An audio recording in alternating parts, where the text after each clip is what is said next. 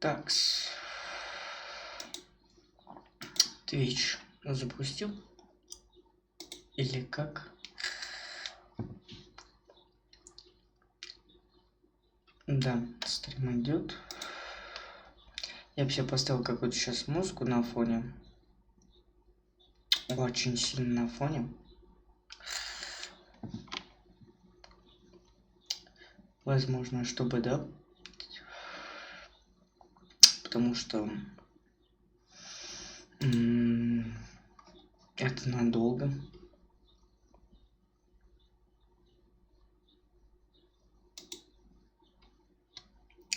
Как мне кажется. Сейчас найду сначала себе музыку.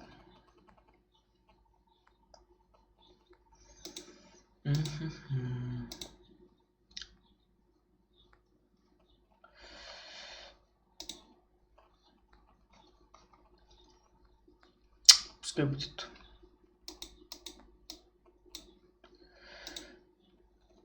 Вот это. В последнее время часто слушаю. Так, и начинаем тогда. Ред флаги в девушках. Все сделали, наверное, это свои тир-листы из популярных и не очень, но мне, поскольку я недавно вышел из отношений, мне как бы хотелось, наверное, завести себе отношения и для себя найти идеальную девушку. Поэтому вот.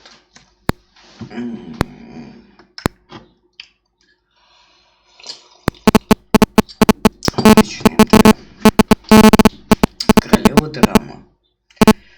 Ой, что-то слишком даже громко. Не понял. Что за шумопуки сроки? Окей. Что я бы мог сказать? Королева драмы. Для меня это всякие истерички. Люди, которые могут доводить себя легко до слез, потому что они не понимают, что им объясняют. И любят раздувать из мухи слона. Для меня это серьезный red flag, просто потому что я не знаю, как быть с такими девушками, которые постоянно истерят и постоянно плачут, постоянно что-то перекручивают. Это... Нет, как будто музыка даже лишняя. Для меня это просто очень тяжело воспринимается. И не хотелось бы снова попадать в такое, то что надо затерпеть мужчине. Мне хочется быть максимально разносторонним, максимально честным человеком в отношениях и высказывать то, что я думаю, а не то, чтобы это доводило всех на свете до слез. Бывает такое то, что у меня мысли могут меняться в зависимости от ситуации, и я говорю в этой ситуации, я считаю, что ты там права, ты не права. Я не готов вечно поддерживать свою девушку во всем, что она говорит. Но как будто бы так у нас принято в обществе, то, что мужчины должны защищать своих девушек. Так что вот. Не знаю, это для меня не вот прям такой вот, что прям беги. Кстати, я переименовал вот категорию именно в беги. Боже, блядь, что у меня с клавиатурой? Беги!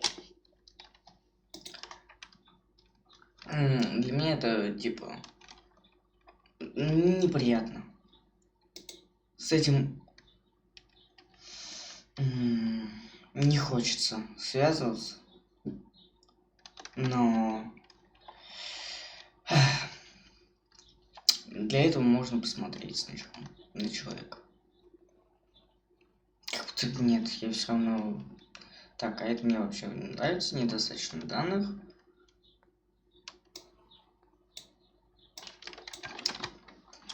Има.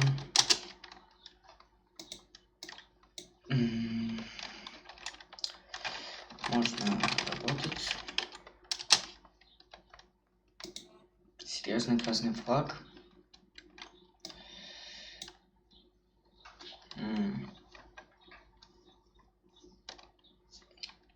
Красный флаг. Все. Для меня королева дамы это красный флаг. С этим можно работать. Это терпится. Все. Строит ваши отношения. Вот люди говорят, что там недостаточно, да. Кто-то там медийно, возможно, популярен, но скроет от родителей. Я надеюсь, что это не навсегда. Она скроет отношения. И есть те, с кем она в этом делится. Так что пускай временно похуй будет. Симпует знаменитостям. Блять, мне 21 год стукнул на днях. Так что симпатизировать знаменитостям это делают так много людей. Так что в принципе-то мне похуй. Моего возраста имеется в виду. Так что я бы на это внимание не обращал. Хочешь, чтобы я отбилась, парень? Терпимо. Я понимаю, что, блять, у нас построено на том, что девушки не любят делать первые шаги, но как будто не кайф.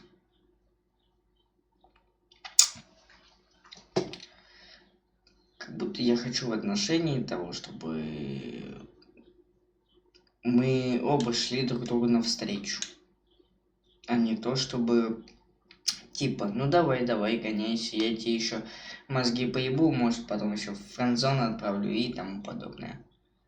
Никогда не стоит в конце скобочки. Это больше школьный вариант, типа хихихаха, но на это на самом деле похуй. Если хоть как-то можно понять то, что у человека есть какое-то настроение, а не то, что просто отвечает текстом. Окей. Я как бы, бывает, кружочки отправляю, где я просто со своей лицой вытворяю какую-то мимику. Бывает, я в голосовых это объясняю. Но в текстовых сообщениях, ну, блядь, у меня и эмодзи, и стикеры, и скобочки у меня все есть. Но, в принципе, да похуй. Зависит от человека. Гипер опекает меня.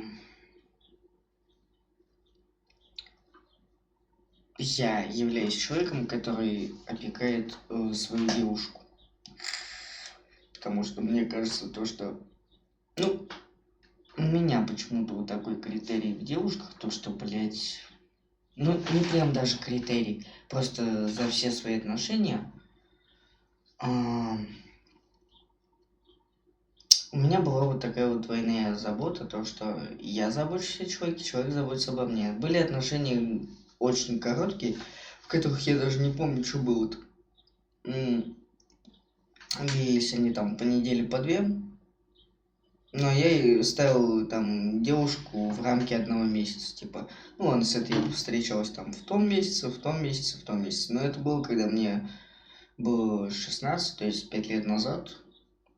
И с гиперопекой она либо улетучится, либо если она на протяжении всех отношений идет, как будто надо начать ставить рамки. Но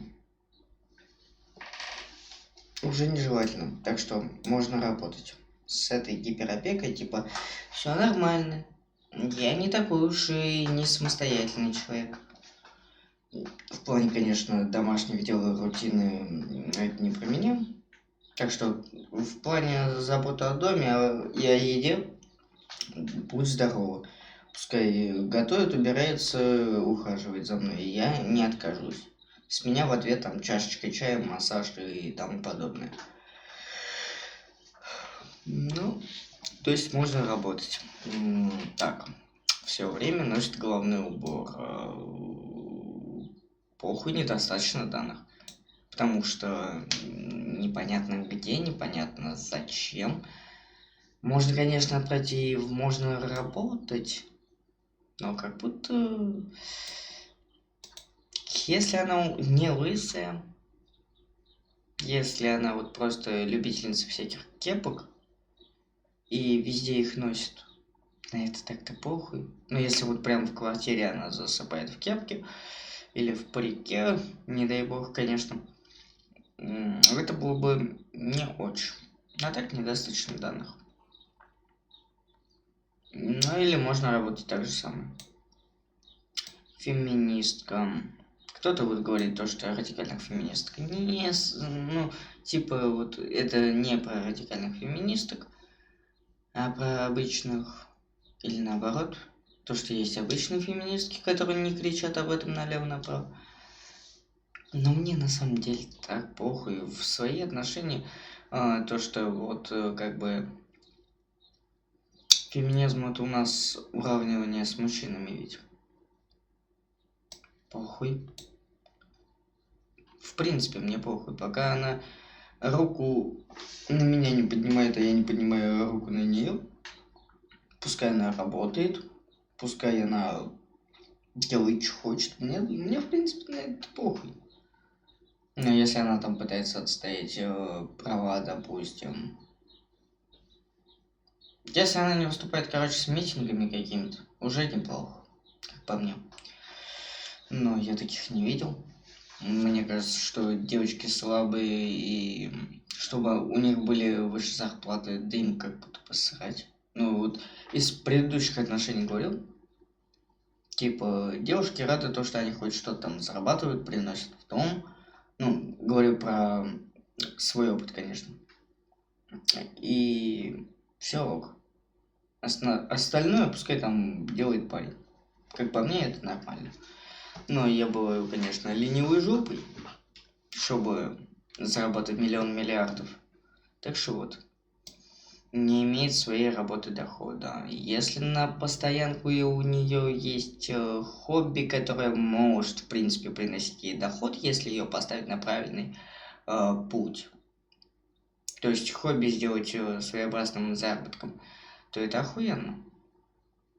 Если просто она не хочет работать, а хочет валяться дома, то это уже... Да похуй.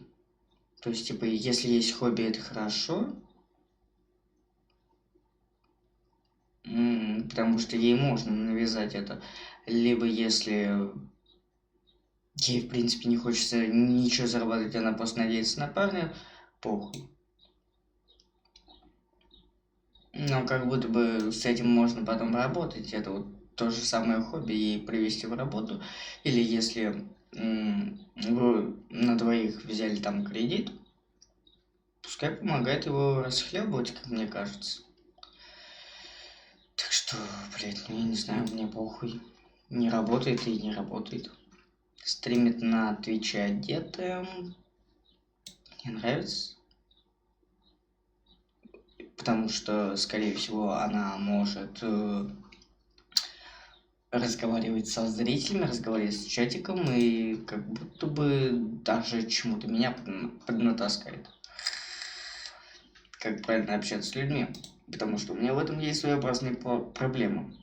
Я могу просто высказывать свои мысли, и мне похуй будет. Пишешь сообщения с глупыми ошибками. Да похуй, мне нравится. Главное, чтобы я это мог прочесть. Очень скрытная. Если она скрывает все от меня, то это, в принципе, плохо. И как будто если... Мне кажется, с этим можно работать. Когда заводишь девушку, и она тебя все на свете скрывает, чем больше вы с ней времени вместе проводите, тем больше девушка должна тебе открыться, я считаю. И, по крайней мере, надеюсь на то, что мне откроются, в будущих отношениях.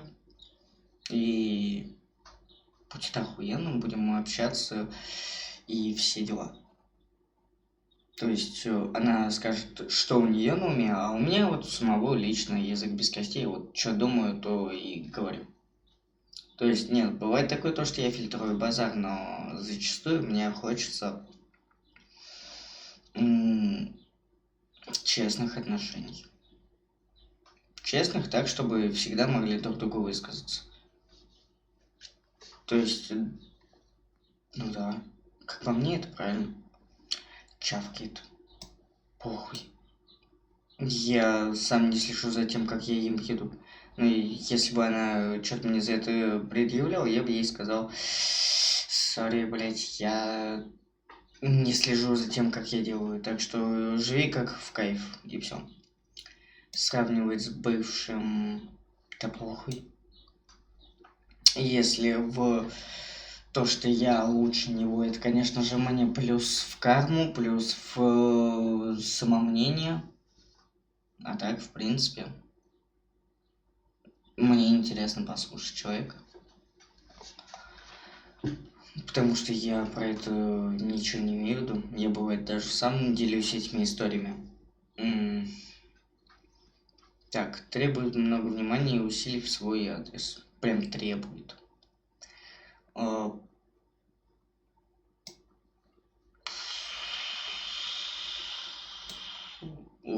Можно работать, потому что рано или поздно она поймет, что мне становится потихоньку уже похуй, я к ней привыкаю, мне кайф с ней, но если она вот постоянно тыкает меня, типа, эй, давай, пошли делать то, что я хочу, пошли, помоги, обрати на меня внимание, ну, это не кайф. Так что рано или поздно это должно утихомириться. А если меня постоянно будут тыкать, то извини, конечно, но я побегу. Так что с этим можно работать. Рано или поздно она смирится. Секс неизменно изменяет душой. Нахуй. Даже по-другому себе представить не могу.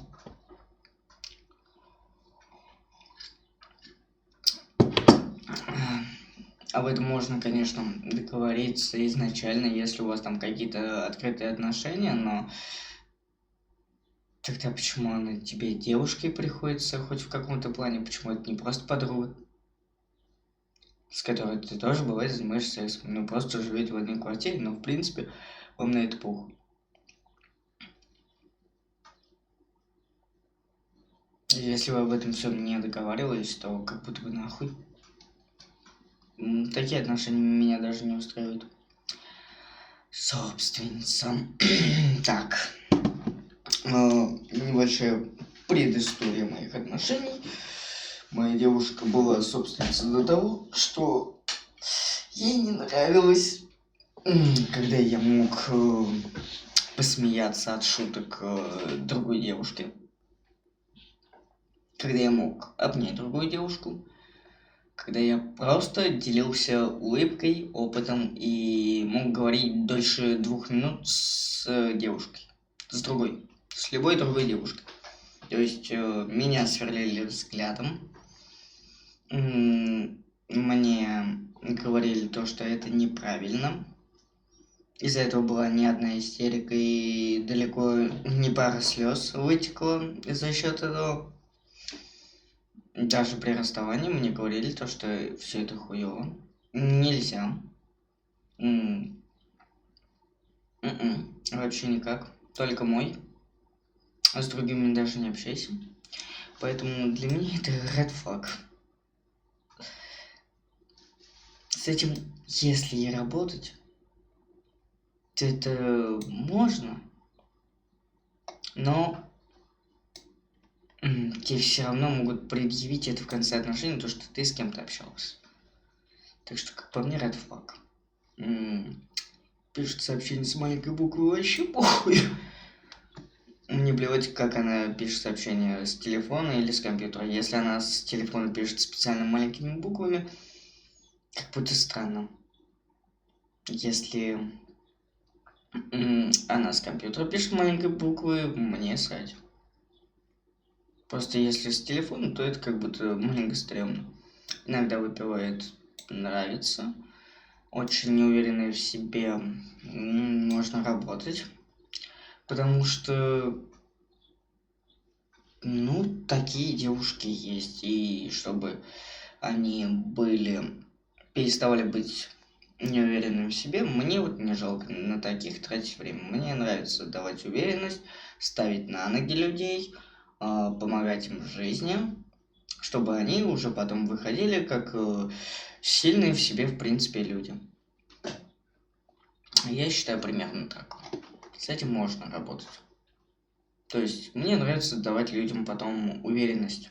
Если отношения даже закончатся, я знаю, что этот человек без меня не пропадет. А если она не уверена в себе настолько, что ревнует тебя ко всем на свете, это уже хуже. Потому что неуверенность это почти что ревность. Так что будем просто работать с этим, говорить, что все нормально, что ты типа вот такая боевая девчонка, все хорошо. Отсутствие хобби и интересов. Если бы я это сочетал вместе с чем? Блять. Не имеет... Где тут про доход? Вот, не имеет своей работы и дохода, и у нее отсутствовали бы хобби и интересы. Мне было бы тяжело, потому что я не понимаю, а зачем человек в моей квартире?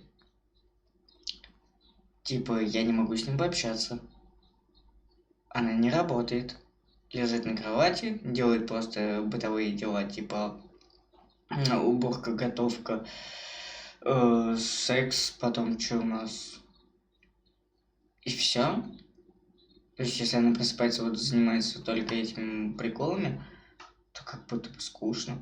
Человек не может ни о чем поговорить, это будет максимально зажатый в доме, который даже не смотрит, допустим, там ТВ, Ютуб, ТикТок или что-то такое, ну, как будто бы я бы не знал, зачем мне такой человек нужен. Но, в принципе, отсутствие хобби и интересов в моей жизни не встречался. Есть люди, которые говорят, типа, да я хуй знает, у меня нет там никаких хобби, но они зачастую пиздоболы те еще.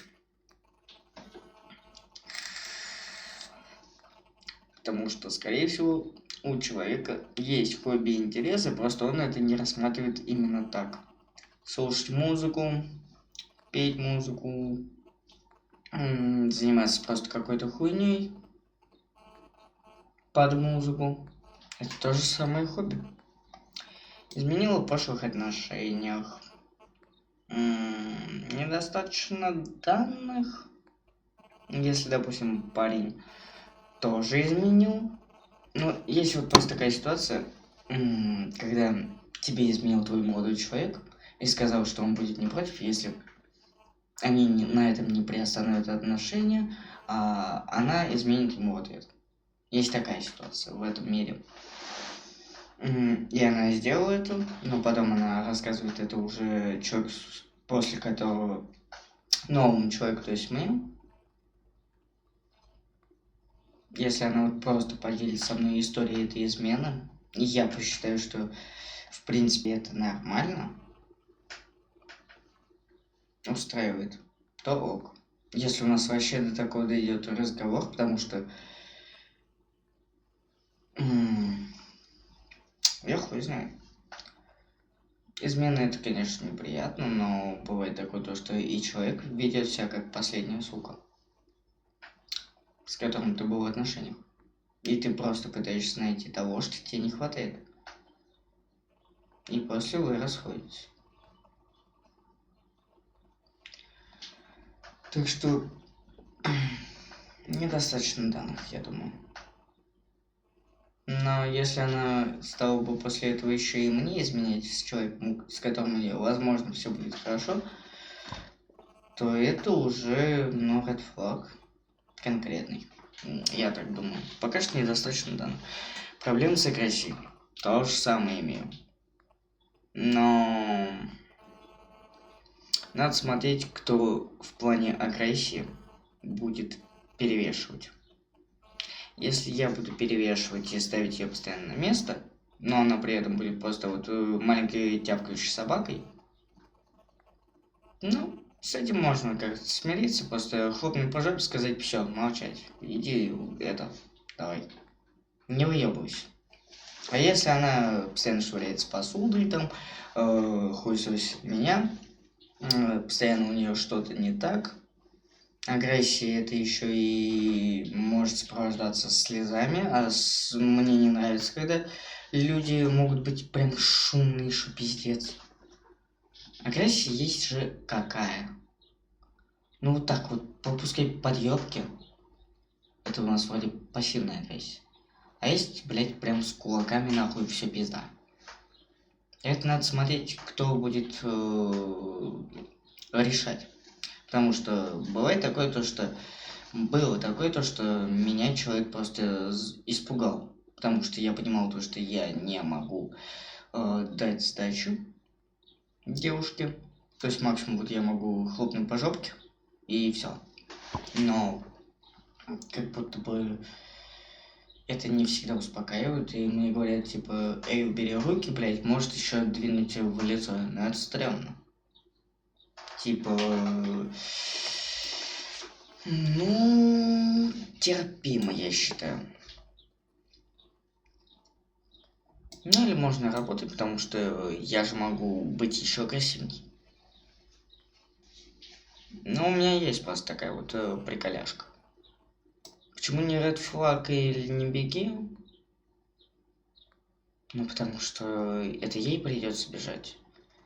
А не Red Flag, потому что, блядь, бывает такое то, что люди, когда им очень хуёво, блядь, раз в год могут ебануть. Так что терпимо. Если... Стоп, или если проблемы с агрессией на постоянной основе, ну...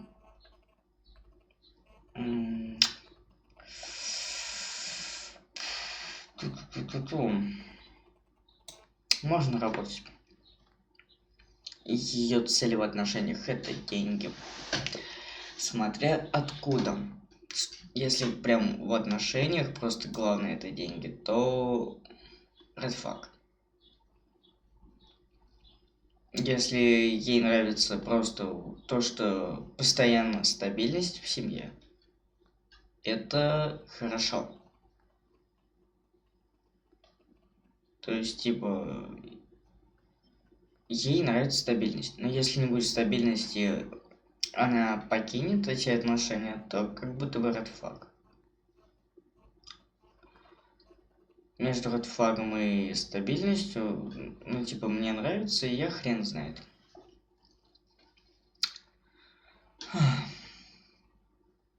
Если выуживать из меня деньги,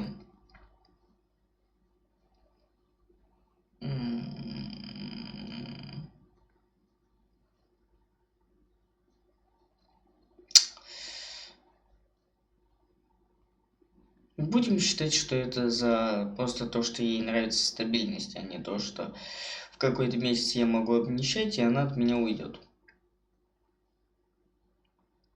Будем считать, что ей нравится стабильность. А если же нет, то red flag. Для меня это недостаточно данных. Нравится ей стабильность или же просто она хочет у меня из кошелька постоянно брать деньги. РПП можно работать, потому что бывает такое. Бывают люди с ожирениями, но которые хотели бы это в себе исправить, но просто не знают, как им помочь. Я, блядь, из-за того, что я в этом не разбираюсь, я бы погонял ее по врачам.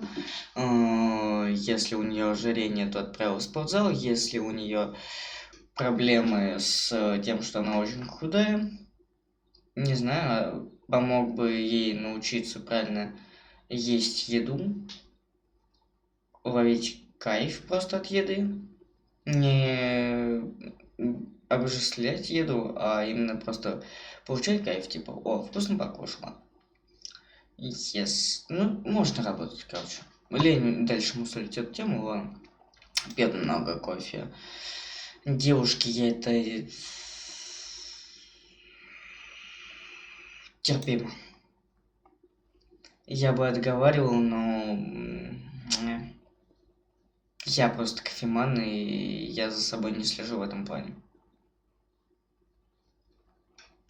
Но если у девушки там сердце ёкнет от того, что она просто постоянно пьет кофе, как будто такое. Стоп, если она будет разорить меня на кофе, нет, это плохо. Это плохо. Давайте, пускай это будет, можно работать с этим. Потому что я хочу экономить на кофе. Ну как экономить? Я хочу один его пить. Хотя по утру нет, там же много кофе. Можно работать, уменьшить ей дозу. Деревенские селянские подружки. Знакомая ситуация. Благодаря одной деревенской сельской подружке со мной начали отношения. А в принципе на ее происхождение мне как-то было срать. Откуда у меня девушка, потому что мне было интересно знакомиться, интересно дружиться, общаться и тому подобное. Но есть такая манера, то что про них говорят, то что у них ума палата. Но как будто бы мне срать. Я с ее подружками не начинаю же встречаться. Мне интересно человеку давать знания. То есть свое мнение, фидбэк, делиться фактами, то же самое. Так что, в принципе, на это срать. Проблема с доверием.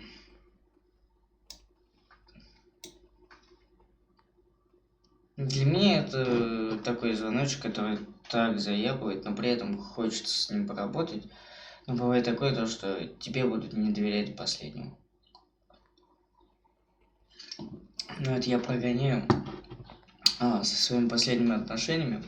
И это такой гемор. Когда ты 100 раз на дню можешь сказать, да типа, блядь, я тебе все время говорю одну правду. Тебе могут не поверить. Можно работать. Но не всегда получится. Ладно, пускай это будет можно работать. Это вот попробовать в новых отношениях сказать то, что нет, все не так уебищно, что мы справимся, и, блядь, я человек честный, все дела. Аккаунт OnlyFans делится деньгами. Похуй. Мне будет плевать, если девушка смотрит порношку. Если она выкладывает себя голой, это... Ну, блядь, тут написано не про это. Стоп, идет аккаунт OnlyFans и делится со мной деньгами. Red flag. Я хочу быть единственным, кто видит мою девушку.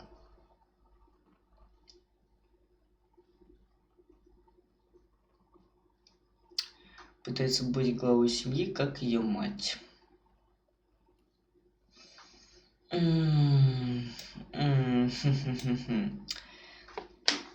Почему? Да потому что знакомая ситуация. Пыталась всем рулить, пыталась лезть туда, куда ее не просили, когда просто меня пытались шпынять как какого-то дурака.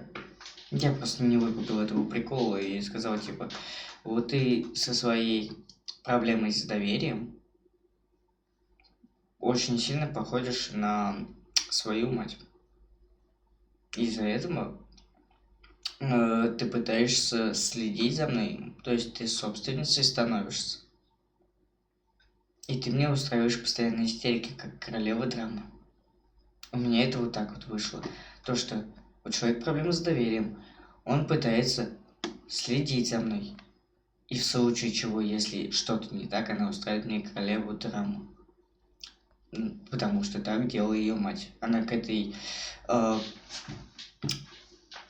этому поведению, блядь, подвела себя через своего ближайшего человека, то есть через свою мать. Она так и научилась. Плохие сомнительные подруги с недостаточно данных, потому что ну что, если это употребление наркотиков, это осуждаю, во-первых, во-вторых, как бы сразу нет. Это сразу red flag. Если обсуждает меня, где выставляет меня в плохом свете, тоже red flag. Ну, в принципе, какие? Изменщица, red flag. Если она изменяет мне, потому что ей это насоветовали подруги. А в принципе, если просто подруги такие себе, а самой девушке просто общаться не с кем, поэтому она и считает их за подруг. Короче, недостаточно данных. Нетерпеливая. Мне нравится. Я тоже человек нетерпеливый. Хотя нетерпеливость может выливаться в агрессию. А это уже проблемы с агрессией могут вызвать. Но даже не знаю. Ну, если она просто ждет поскорее свой день рождения и никак не может дотерпеться, потому что я ей там пообещал подарок какой-то, это одно. Но если она ждет, что весь мир будет вращаться вокруг нее, это другое. Типа, ладно, пофиг, мне это нравится. Пускай будет нетерпеливый, я ей с этим помогу. Научиться терпеть. То есть можно работать, в принципе. Но, в принципе, ну, это забавно, когда девчонка чего-то ждет, она на это надеется. И потом получает то, что хотела. Заставляет перестать общение с друзьями. Для меня это было и с подругами, и с друзьями. Беги. Постоянно выпивает. Только, ну, я не против, если она постоянно выпивает со мной. Ну или у меня бывает просто такое, то, что в отношениях я перестаю пить просто потому, что боюсь наделать глупости, блядь, боюсь то, что за собой следить не буду. Начну говорить всякую хуйню. Но если это вот просто по баночке пива, в принципе, ежедневно. Хотя нет, с этим можно работать. Отучить хотя бы. Активно ведет соцсети, нравится. Типа, я бывает смотрю, бывает лайкаю.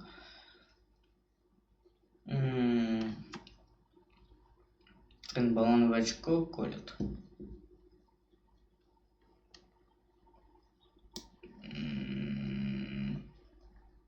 Я, кстати, не шарю.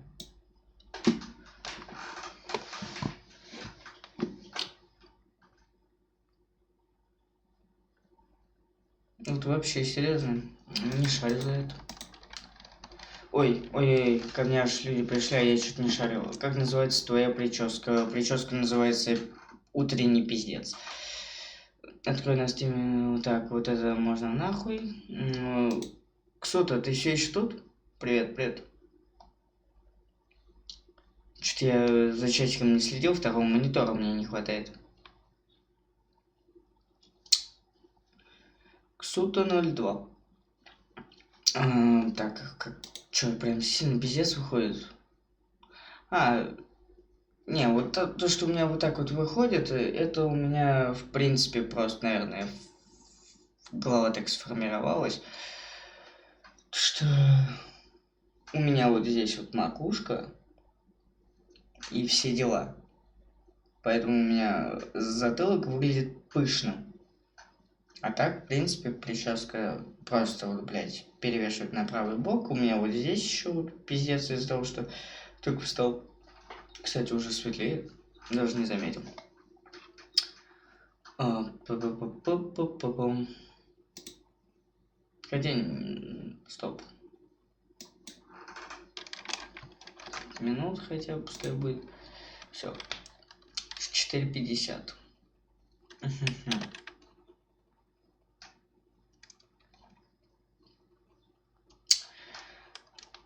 Вообще хрен знает, как называется прическа, что я могу сказать. Строение головы. Я в прическах-то не бомбом. Я когда-то делал вообще стрёмные прически. У меня было такое, то что оно налево было, но мне это не понравилось. Почему-то. Потому что оно у меня уходило просто вот так вот как-то. Когда... Ну и бывает вот так вот то, что челка свесится. Это уже другое. Так можно, в принципе. Но рано или поздно у меня челка отрастает и просто закрывает мне глаза. А так бывает. Я вообще могу и вот так как-то ходить, то что у меня взъерошенная голова назад залезными волосами. Ну, а в принципе... Боже, я короче, без понятия. Ладно, продолжаем смотреть поток. Тримбовочку, коль ты вообще просто без понятия, что это такое. Играть на моем чувстве вины. Если я буду себя чувствовать постоянно виноватым, а этим буду злоупотреблять.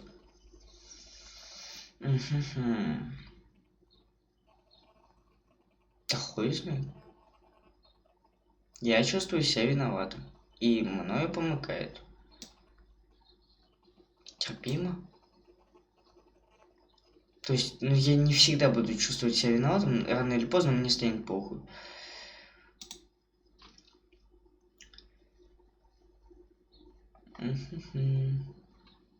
Не, Ксюта больше ничего не писала, я даже не знаю, что мне с этим делать. Получается, не успел ответить на вопрос? Ну, получается так. Бля, я бы хотел себе, конечно, вебку еще попечь, чтобы было получше видно. Ладно, похуй. Часто грязная обувь, поебать. Если она ее помоет, в принципе, похуй. Если... Потому что, ну, дороги у нас тоже такие себе. Но если она их просто не чистит, это грязнуля. А грязнуля вряд ли будет помогать мне со стиркой. Так, недостаточно данных. Не любит животных Red Flag. Потому что мне не хватает животных. Меня оставили без 2 кошек. Мне сейчас очень одиноко в квартире. Я живу в двушке, и мне серьезно становится одиноко. В принципе, терпимо, но как будто бы нет. Я специально для этого помогал своей бывшей найти квартиру с животными. Но, к сожалению. Сейчас я вот просто один, нахожусь в двушке, делаю себе постоянный чай, если не сплю. Изредка выхожу в магазин, а так зачастую я гуляю. Так что животных я люблю. И если их не будет любить моя вторая половинка, это будет очень сомнительно. Как минимум мне. Так.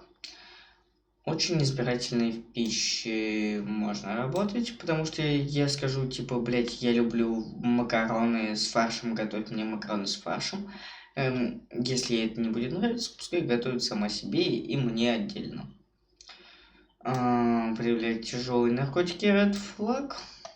Ну, то есть сразу бежать надо, потому что вообще никакие наркотики как-то неинтересны. Деревенский селянский говор терпимо. Потому что мне интересно бывает узнавать, что говорит девушка, как она пишет и произносит слова, но бывает такое то, что в принципе ей в похуй, как она говорит слова. Ну, в принципе, с этим можно и работать. Пытается контролировать. Контролирую обстоятельства в доме, они меня контролируют. Поэтому пускай пытается. Хуй ей на воротник, так скажем. Тут-ту.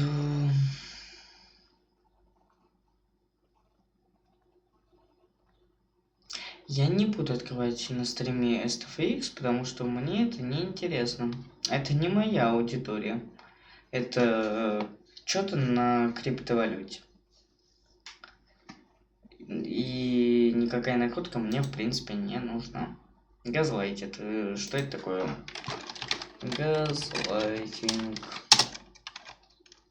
Это форма психологического насилия, в которой один человек использует давление на другого, заставляя его сомневаться в своей адекватности или адекватности восприятия окружающей действительности. Словами человека сделать безвольным и беспомощным, взять свою роль контроль над ним и его решением. Такое ощущение, как будто я этим и занимался, когда пытался доказать человеку, что он не прав. Ну, то есть делился своим мнением, как обычно. Red flag. Я бы и себе поставил red flag, если я действительно занимаюсь такой хуйней. Не берет на себя ответственность. Да я хуй знает. Если не берет вообще ни за что, то это плохо.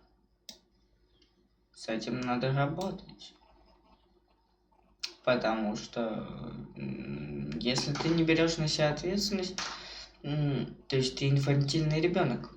А встречаться с ребенком на протяжении жизни или хотя бы там года, это такое себе. Хочется, чтобы ты сказала, что, ну, в принципе, я хоть и сама что-то могу сделать. Ультралевачка предфак, потому что, возможно, она будет навязывать мне свои политические взгляды, а я не шарю в политике.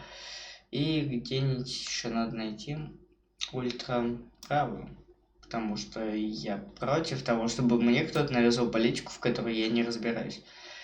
Неужели обслуживающий персонал тоже туда? Просто потому что я был в свое время обслуживающим персоналом, и мне просто неприятна эта тема.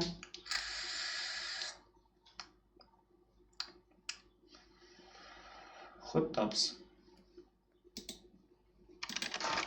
Это у нас что такое? Hot Tubs на Твиче.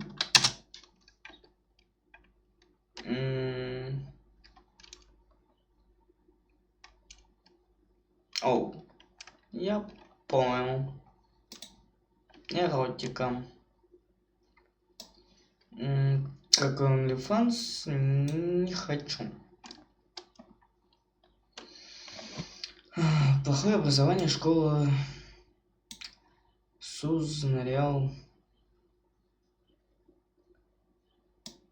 среднее учебное заведение, Нориал 3,5. Да похуй. Я буду делиться фактами, я буду пополнять человеку знания, которые сам имею. Неужели личные границы можно работать? Потому что я для этого и приобрел себе двушку, чтобы, если что, человек сидел в другой комнате и не вмешивался, когда я занят. Для этого, блять, я и живу в двушке, потому что я, бывает, хочу побыть один. Все время фоткает меня, блять, я себя не фоткаю, так что, пожалуйста, делай это. Пожалуйста, фоткай и отсылай мне всякие кадры. Если, конечно, это не является у тебя ежесекундные занятия. Были только ебанутые бывшие. Я могу и дать вариант с тем, что я-то не ебанутый. Типа, вот представь себе, есть и нормальные. А есть такое то, что она берет только самое плохое в людях и постоянно это выставляет в общении. То есть она говорит, вот у меня там был ебанутый бывший, на самом деле бывший был нормальный, но она будет говорить только о его косяках. То есть недостаточно данных. Или мне похуй. Скупа на подарки, но имеет на них средства. Я не дарю каждый день подарков. Типа, в принципе, похуй. Но не дари. Я могу не дарить. Мы можем друг другу дарить по интересу, блять, когда есть желание. Обесценить твои эмоции, либо чувства. Одно и то же, как по мне. Только человеку сначала надо за полгода-год понять, что выражает моя мимика, потому что из-за того, что я очень долгое время был не социальным человеком, я не понимаю, как своим лицом показывать ту или иную эмоцию. Человек думает то, что я серьезный смотрю. Я смотрю со злобой, со скалом, что я хочу кого-то убить. Когда это не так. Конечно же, в GTA 5 РП убить. А так, в принципе, хрен знает. Но это ужасно. С этим можно работать, я познакомлю ее с тем, что такое эмоции, что такое, блядь, мои чувства. Я с этим познакомлю. Pick me girl. Не такуся. Не такуся, которая такуся, но делает вид, что не такуся. Похуй. Слишком пассивная. Нахуй. Отношения должны быть то, что с обеих сторон люди должны стараться. Это вот ровно то же самое, что как у меня тут выглядит. Это вот не то, что не уверены в себе. Проблемы с агрессией тоже мимо.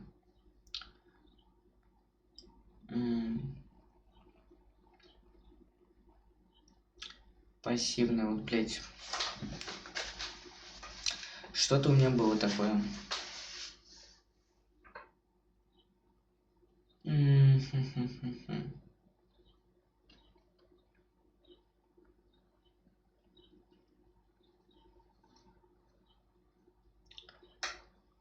Пассивное. Что-то у меня было.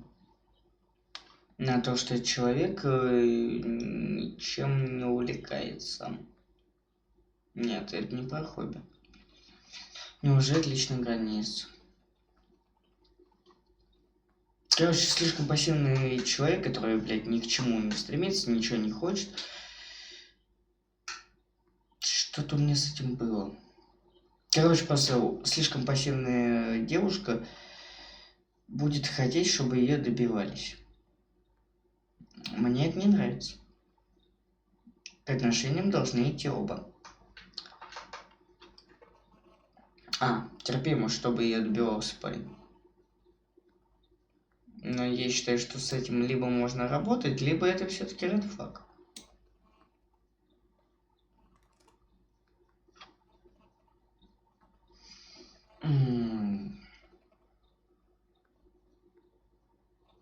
Она тоже, пускай, блядь, хоть и потерпит, но в отношениях как будто бы с этим надо работать. Давай показывай ей свой интерес. Лучше уж так. Плохое чувство юмора у меня, оно своеобразное, но девушки ведутся на это чувство юмора. Некоторые. Если ей ну, для того, чтобы...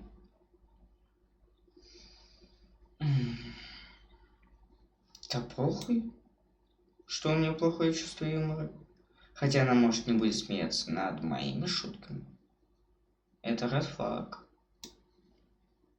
Если мы с ней не найдем коннект в общении, значит, плохое относительно меня чувство юмора. То есть, если мы с ней не сконнектимся, я-то могу и в самоиронию, и в черный юмор, и во все на свете, наверное. Сатира, туалетный юмор тоже это бывает практикуется, но плохое относительно меня чувство юмора. Не любит спорт ни в каком виде. Red flag. Я люблю спорт. Хотя... Ну, бля, я буду человека вытаскивать на прогулки, поэтому... Если он будет каждые 5 минут вставать, это будет гемор. Хотя... Я могу это привить к человеку, чтобы хоть чем-то он дозанимался, хотя бы ходить мог, а не то, что потом у человека будет расстройство пищевого поведения из-за того, что она любит сидеть на месте, потому что ходьба это тоже спорт. Я не хочу сидеть с человеком, который не вылезет дальше кровати и холодильника. Инфантильный ребенок. Можно работать. Очень странно, но я считаю, что с этим можно работать, просто потому что я тоже в своей мере инфантильный, я ребенок, и если мы сконнектимся правильно, то, что она инфантильная чего-то относительно своего, а я отношусь по-детски к чему-то со своего ракурса, нам будет прикольно. Ну, будем, блядь, хихикать, как дети малые, с какой-нибудь хуйни, и все. Но рано или поздно у меня могут начаться вот эти вот приколы с тем, что давай, подымайся, мы уже не молоды, но это потом будет. То есть с этим можно работать. Пока что, типа, похихикаем. Стоп. Если смотреть со своей стороны то, что мне 21, я еще могу погагать. Ну ладно, пускай будет, можно работать. Потому что я ищу себе отношения в долгосрочной перспективе слишком сексуальной от природы. Я парень не ревнующий, так что пускай. Пока никто не делает что-то сверх меры, пока она не со мной, все отлично. Меня будет сопровождать сексуальная девушка, при том, что я, ну если приглядеться, стрёмный парень. 1,5 метра роста. Причем при этом я выгляжу как ребенок. То есть, пускай думают, что это моя мамочка. Сексуальная такая. Даже хуй знает. Ну, если к ней будут знакомиться при мне, я скажу, иди нахуй. Ну, как бы познакомься, но не делай ничего сверх меры. Снимать тиктоки и тому подобное. Поебать. Хотя... Да даже нравится, потому что мне нравится то, что она ведет в соцсети. Это все-таки хоть какое-то хобби. И для меня это уже не зашквар, у меня уже такое было в отношениях, так что пускай. Смотря какие тиктоки и все. Общается с бывшим, похуй. Главное, что они не хотят друг с другом что-то продолжить, возобновить. В принципе, на это похуй. Ну или недостаточно данных. Я не понимаю, о чем они общаются. Просто вот быть друзьями, ок. Вернуть что-то былое, ну как бы red flag. Ну или беги сразу. Так. Не любит, когда ты с друзьями беги. Мать-одиночка, недостаточно данных. Почему она стала матерью-одиночкой? Ну хотя, если я ребенок, буду считать, что у меня есть брат или сестра. Все. Часто отвечает, что ей плевать и не дело. Я тоже так отвечаю. То, что мне похуй. У меня вот полсписка это то, что мне похуй. Так что, да.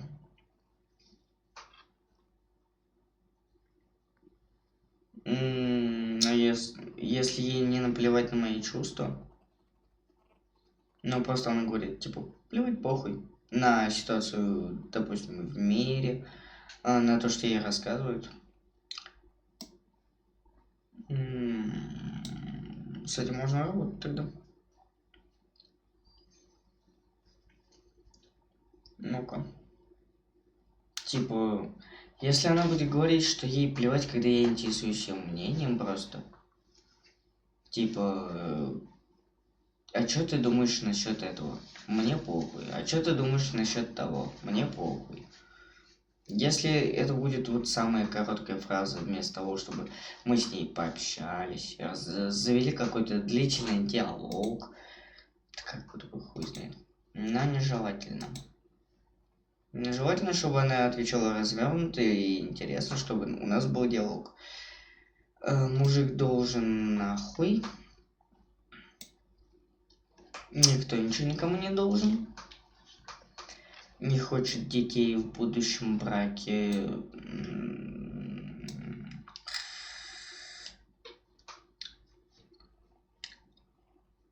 В принципе, не хочет детей в будущем браке. Как я хочу. Я хочу, в принципе, в своей семье, ну, блядь, чтобы у меня был ребенок. Да, пока что мне 21, но я задумываюсь уже о будущем. Но как будто бы для меня это нормально. Играть в одиночные игры мне нравится. Может, найдет мне что-нибудь интересное. Нимфоманка. Очень сильная либидо. Знаем, что это такое, проходили.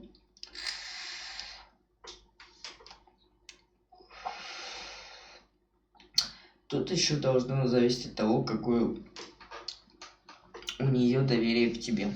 Сможет ли она маленько потерпеть? Если это нетерпеливая нимфоманка, то она может начать тебе изменять. Если, допустим, у тебя в этот день ничего не захотелось, и если у нее там, допустим, проблемы с доверием еще при этом, то есть она не захочет быть верной тебе и просто пойдет скакать куда-то дальше. А если она может себя просто в случае чего сама себя удовлетворить, в принципе, на это похуй. Я понимаю, что это такое, но будем надеяться, что... Стоп, нимфоманка это болезнь. Вроде бы. Ну, у меня бывает такое, у меня бывает тоже такое, то, что я могу захотеть каждый день. А бывает и не может. Короче, с этим можно работать. Хотя нимфоманка, то есть у нее это уже было до меня. Недостаточно данных. Хотя, может, мне бы это и понравилось.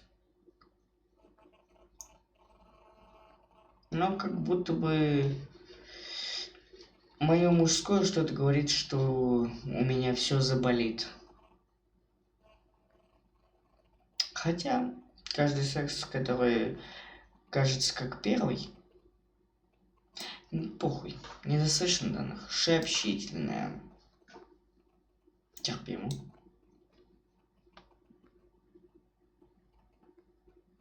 Хотя, red flag.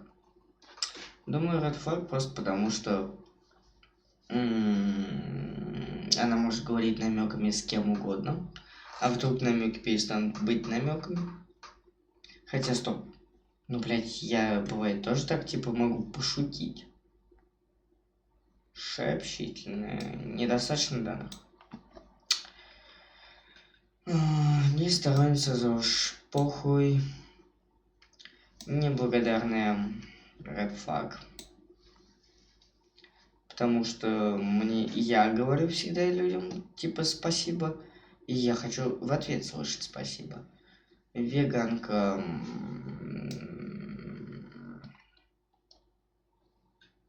Я бы подумал, что это похуй, но я не хочу потом, чтобы это как-то связалось с тем, что у нее что-то не так со здоровьем, типа, что ей чего-то не хватает. Если у нее есть заменители, в принципе, было бы похуй, но по сути это гемор.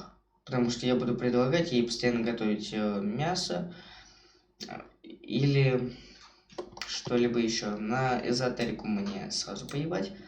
Потому что, ой, блядь, кто сейчас из молодежи не верит в эзотерику? Ну не прям верит, но хотя бы можно на нее сослаться. Видео большой ТГК, инсту YouTube канал. Мне нравится, потому что может мне перекинуть трафика. Ну или хотя бы со мной заколабиться. Очень любит тусить. Научит меня тусить.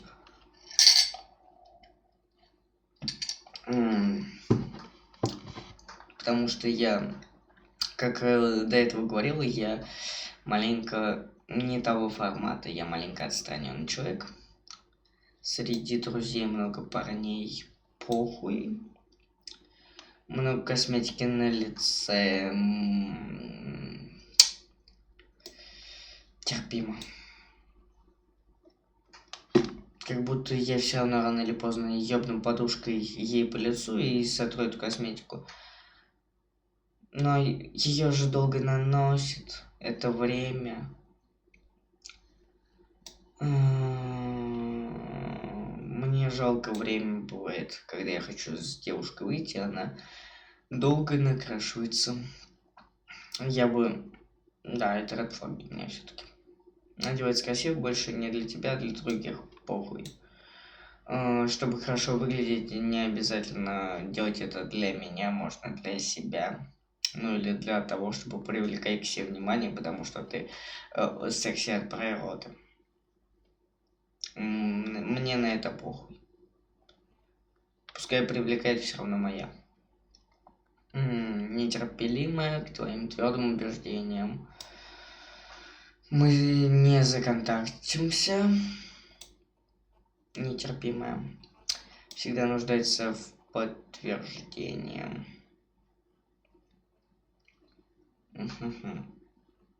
Можно работать. Играет в CS, доту и прочий соревновательный шлак. Похуй. Я в такое просто не играю. Хотя она может меня с кем-то познакомить. Да похуй.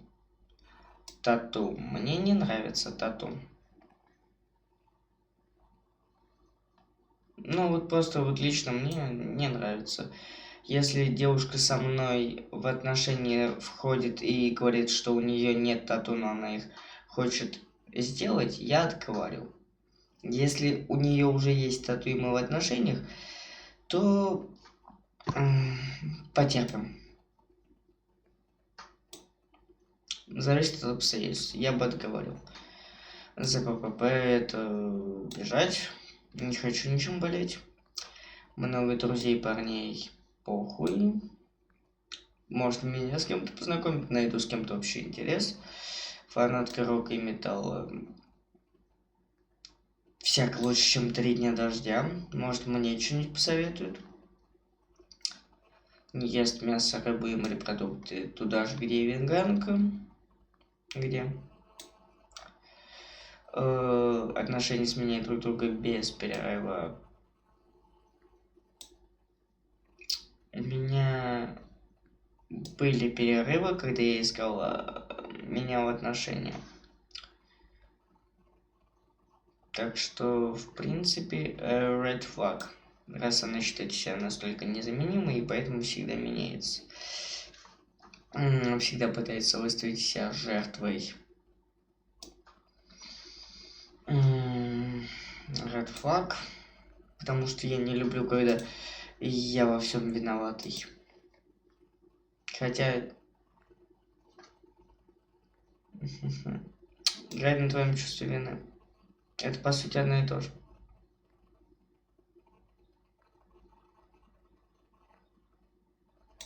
Но это играет просто. Ну, такое бывает. А тут она всегда постарается выставить себя жертвой. Она носит только брендовые шмотки. Если у нее на это есть свои деньги, и она не берет мои, мне похуй. Регулярно унижает меня. Бежать мне такое не нравится. Не хочет готовить, не работая. Нахуй. Потому что, блядь, ну я хочу есть женскую еду.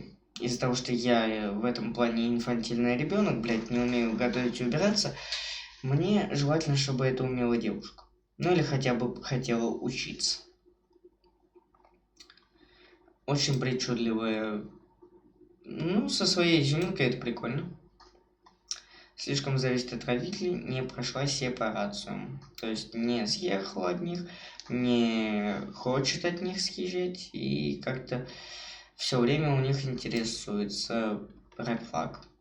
Ну, с этим можно работать вроде бы. Но... Так. Пытается быть главой семьи, как ее мать. У меня это вот как-то вот так вот между взаимосвязано.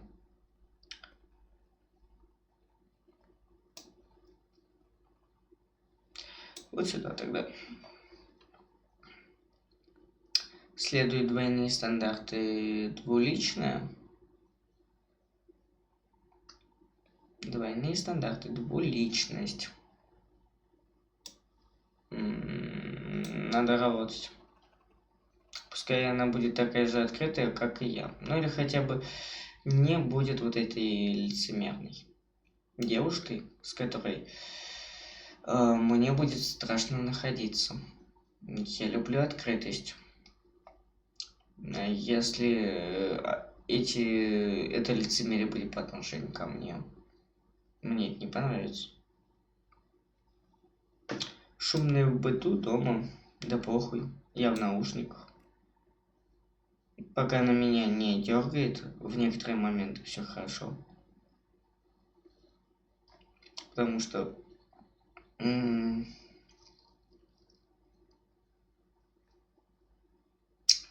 не уважает личные границы, где она у меня находится.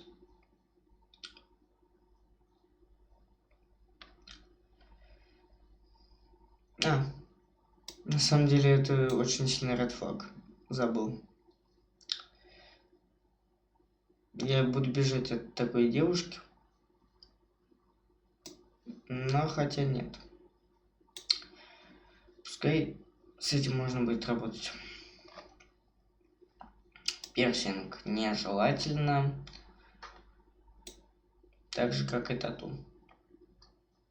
Но если они есть, в принципе, потерпим. Потому что, ну, я считаю, что это вот будет в процессе знакомства. Если она наркотики употребляет, запрещает общаться с друзьями, вот от этого всего я сразу буду бежать.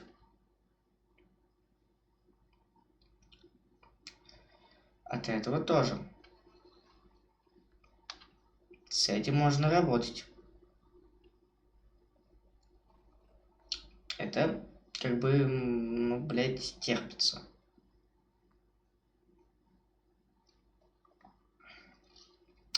Не отвечать взаимностью. Научим. Если она не хочет отвечать вообще ни на что взаимностью, red flag. Год. Я с девушкой-коткой. Какое настроение им присуще? Какое настроение? Я вот просто не шарю за котов и всякие такие. Какое настроение присуще котам?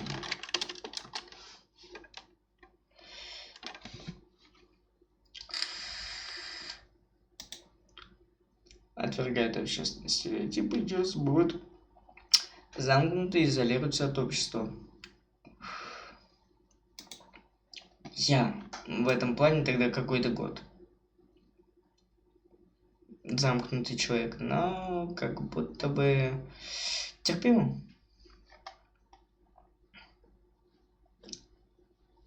Еще общительно для меня это...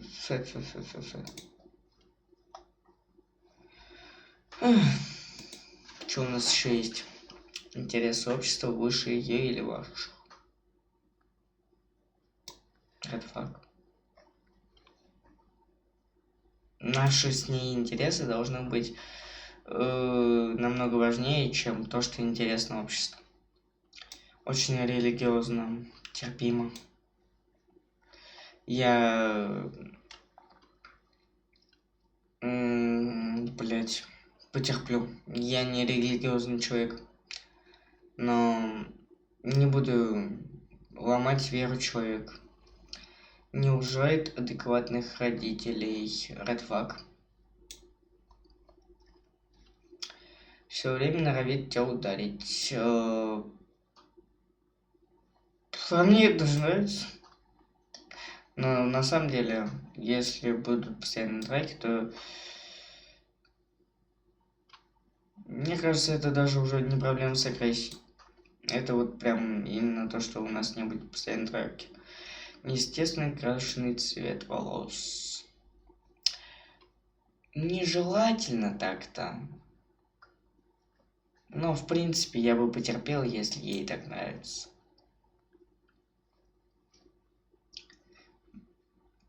Совсем не проявляет интерес к твоим хобби. Пускай не проявляет, главное, что это мое. Я также не полезу в ее хобби. Не хочет убираться, не работая. Тут даже...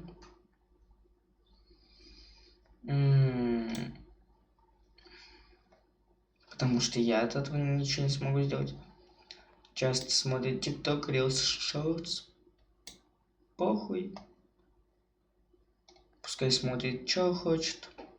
Занимается чем хочет. Главное, что это у нее хобби. Любит эмоциональные качели. Я могу их устраивать, но не всегда хочу. С этим надо работать. Не признает своих ошибок. Можно работать. Если ты ей хотя бы будешь об этом показывать, говорить в спокойной форме. Если она не поймет, то пускай идет в баню. ЧСВ. Ну, блядь, чувство собственной важности — это хорошо. Потому что у меня нету этого чувства собственной важности. Но если она будет считать себя важнее меня,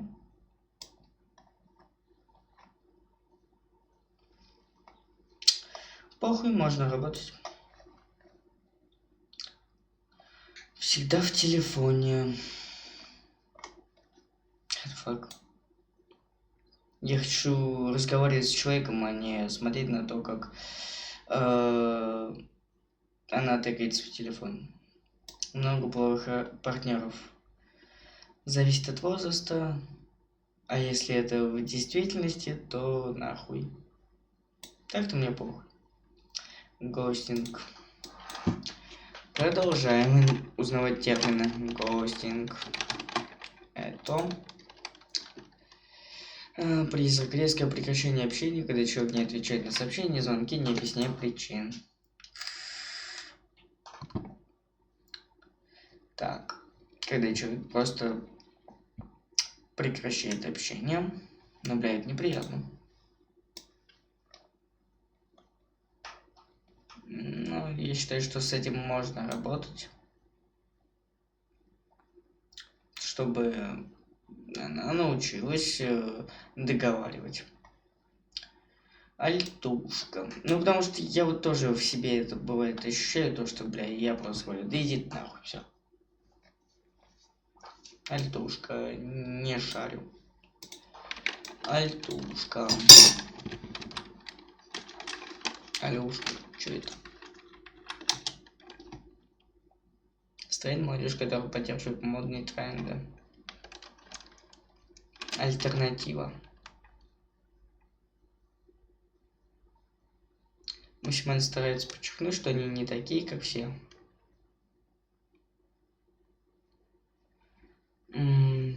Волосы окрашены в яркие цвета. Я думаю, я с такой бы не начал отношения. Потому что не мой стиль, но в принципе... А пикми тогда это что? Так, куда у меня альтушка по итогу улетела?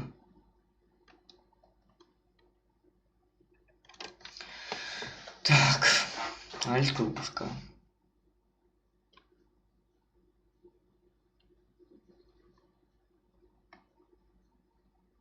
Пирсинг, тату, гостинг, год.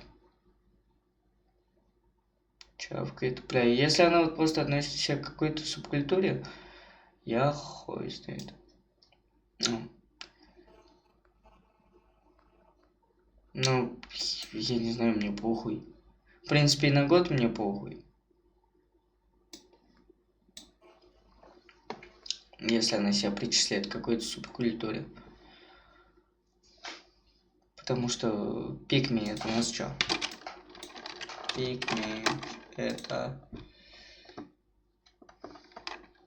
Пикми... Йоу, это кто?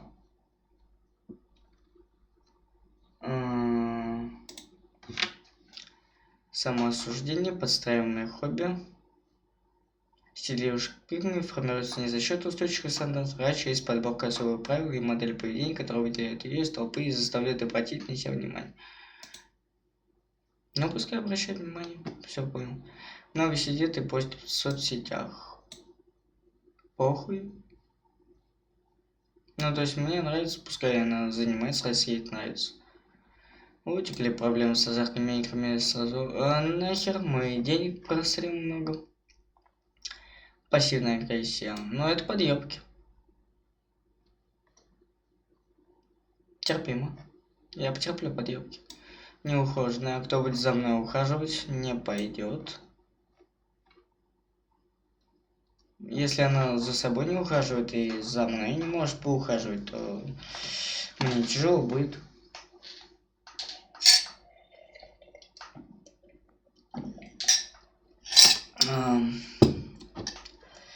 Потому что я человек не модный.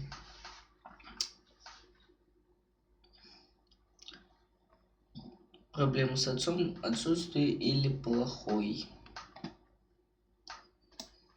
Она будет искать парня, потому что она не знает, что это такое. С этим надо работать. Очень нерешительно можно работать. Потому что это то же самое, что и очень не уверена в себе. Всегда хочешь последнюю модель айфона за свои бабки, делай, что хочешь. Вред во благо не представляю, что это такое. Надо прорабатывать. Если она врет не мне, то окей.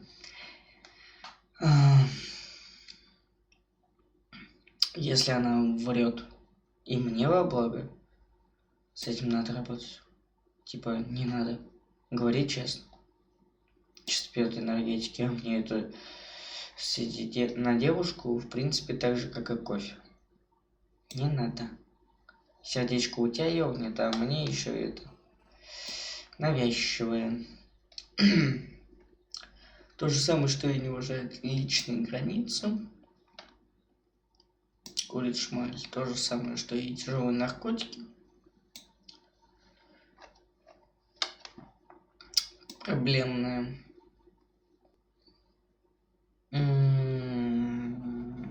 Red flag.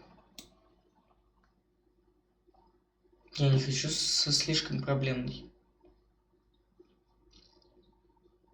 Есть виды вот разные, типа проблемы с агрессией, с доверием, с тем, что постоянно пьет. А тут просто проблемы. Непонятно, что и как, но, видимо, будет создавать много шума. Умеренно смотрит аниме. Мне нравится. Часто использует мат. Терпимо. Я его тоже использую, но в принципе, хотя мне похуй. Играет труднодоступную девушку. Пускай играет. Хотя, хочет, чтобы я добивался парень, туда же. Зависимо от спортзала. Мне это нравится. Чересчур зависимо от чужого мнения общества.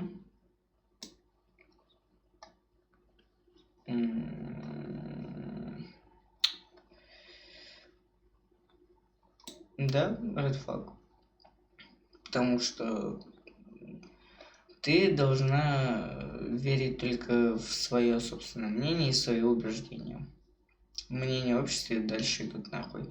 Не носят каблуки, похуй, хоть носи кроссовки. Конечно, каблуки это интересно, привлекает, но зависит от девушки. Гермафоб. Вроде бы это вот те, которым слишком дрочатся по микробам, но я не шарю за это. Типа с этим надо работать. Нет мотивации в жизни к чему-либо. У меня тоже. А мне это же нравится. Но в принципе, на самом деле, если никто не сможет придумать мне цель в жизни, то нахуй. Очень ревнивая. Нахуй. С этим можно работать, но я попробовал. Ну-ка. Гиперопекает меня.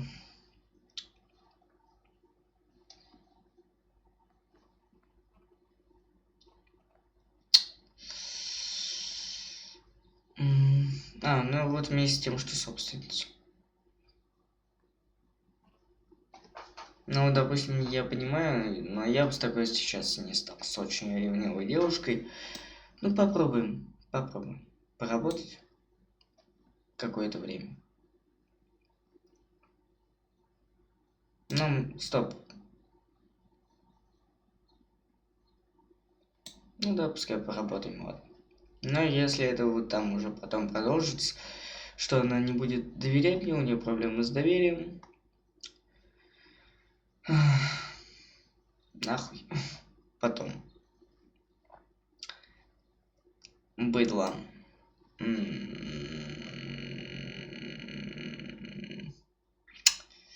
Я с быдлом бы вряд ли смог встречаться, потому что как-то странно будет. Типа, ну, это не совсем мой стандарт.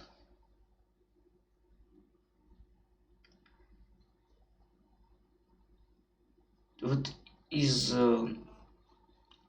всех этих критериев, как будто бы с быдлой девушкой я бы точно не смог начать встречаться, потому что я, бывает, уступаю в этом плане. Я, бывает, сам быдловатый, но не всегда. Зачастую я культурный. А в этом я боюсь проиграть то, что... блять, она будет меня подъебывать. Пускай будет так. Все время болтаю по телефону. Нахуй. Типа, отвлекайся от него хоть временами. Карьеристка. Если она гонится за успехом, то мы с ней будем мало видеться. Но если ей это нравится...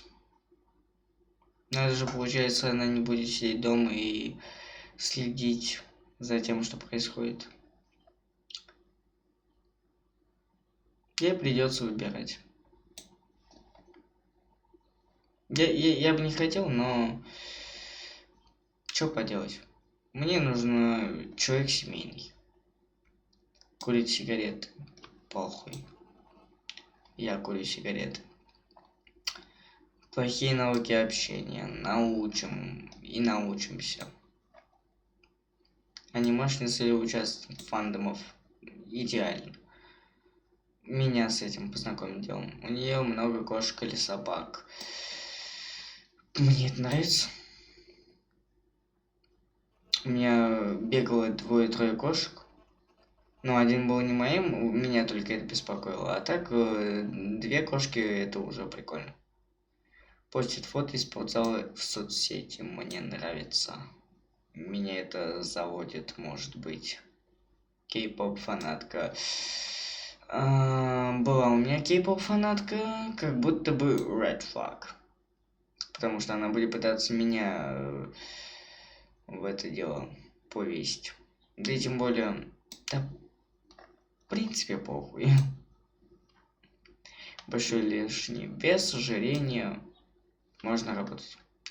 Я предлагал работать одной девушке, она забила, но если и в следующих отношениях такая хуйня повторится, я поработаю, не получится, ну, нахуй. Не хочешь следить, как хочешь.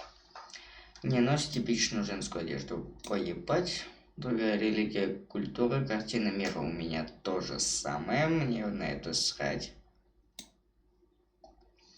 Ну, точнее, отсутствие у меня религии, я просто трактую то, что мне интересно. Часто падает в депрессию.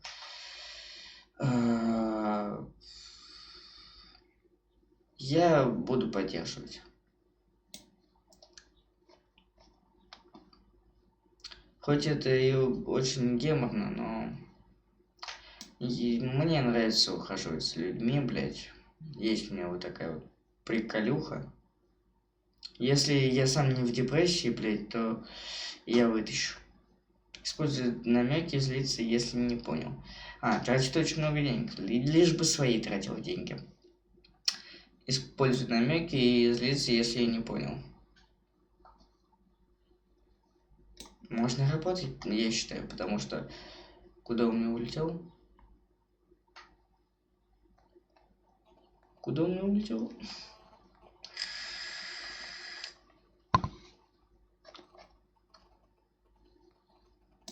Вот.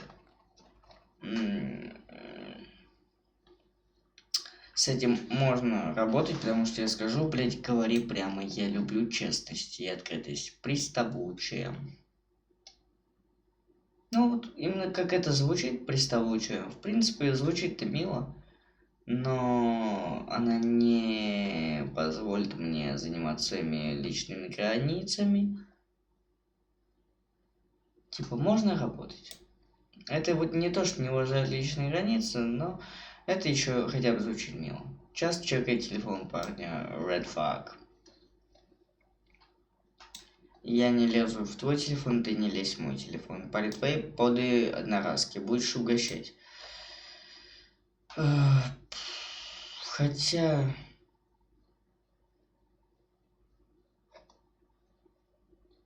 Я вот не понимаю, вот курение же может испортить... Я бы использовал, я бы отправил и вот это, и сигареты, и не сторонницу ЗОЖ в... Надо работать, потому что тебе еще становится матерью моих детей, но для отношений в начале, в принципе, пойдет, будет меня угощать. Соревнующийся мне нравится, посоревнуемся. Маленький интеллект, у меня он побольше. Я тебя научу. Ясный фанат хоккея, футбола и тому подобное. Я за это не шарю. И я боюсь то, что, блять, мне в зубы прилетит за эту хуйню. Хотя, в принципе, это же хобби. Ну, прям яростная фанатка. Вот это вот, блядь, прям бесит. Плохо водить машину. Похуй, я не вожу машину. Хотя, стоп, штраф я не хочу платить. С этим можно работать. Я не вожу машины, но мне насрать. Хотя кто с этим будет работать? Ну, блядь, отдам ей денег, то, типа, иди сходи подучись. Недочет по гигиене. Ну, неухоженный, просто небольшой недочет по гигиене. В принципе, вот недочет это нормально. А если она просто не ухаживает за собой, то, в принципе, это уже другое. Анорексия. Можно работать. Хоть и геморно.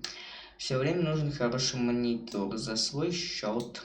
Не хочет делать оральный. Это... беги. Своя среди парней одна из.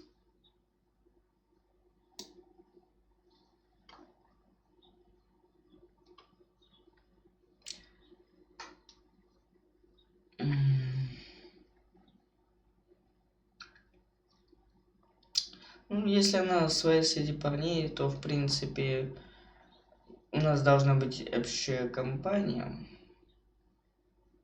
Ну, потерплю. Потому что я не буду ее от этого отстранять. Хотя, стоп, мне похуй, с кем она общается. Пластик, ботокс и филлеры и прочее. Если она пришла ко мне такая, то red flag. Все. Что у меня по итогу вышло? Я даже не последил. Да, у меня уже день. Ну, утро. Итог. Это прям то, от чего я бы убежал. Измены, перестать общение с друзьями, наркотики, снова друзья, мужик должен, не хочет детей в будущем. Хотя если в будущем браке, то есть если мы с ней дойдем до церкви, до всей этой хуйни, до свадьбы, и если она не захочет детей, это будет странно, да. СПП, да. Регулярно унижать меня, да. Не готовить, не убирается. Наркотики. Ну или трава, я не знаю, что тут. Азартные. Не стремится ни к чему. Все время болтает по телефону, не хочет делать оральные. Истеричка. Собственница. OnlyFans. Я не хочу, чтобы девушку смотрела. Ну, короче, скриньте. Если интересно.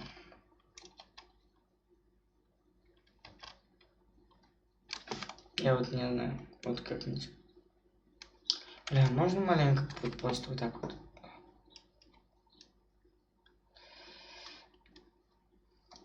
Все.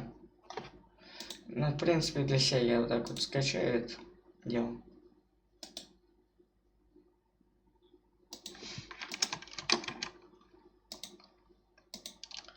Стоп, блять. Ёбнутый браузер. Сука.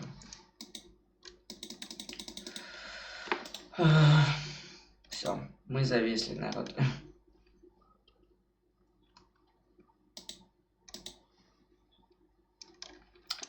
Ну давай, выгружайся.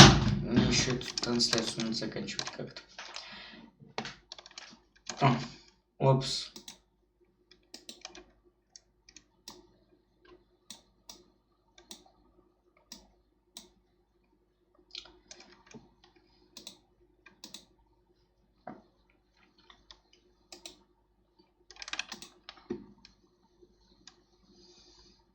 Ща. Откроем тогда.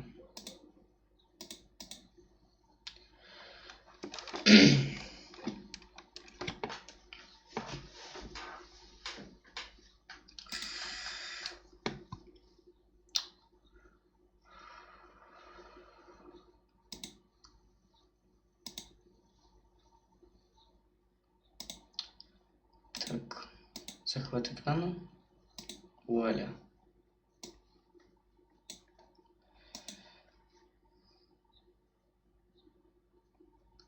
Вот так вот выглядит мой список red флагов.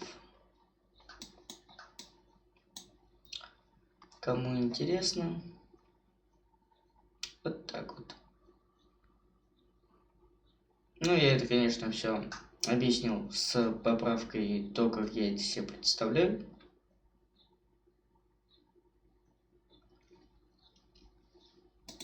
Ну вот, в принципе, на этом все.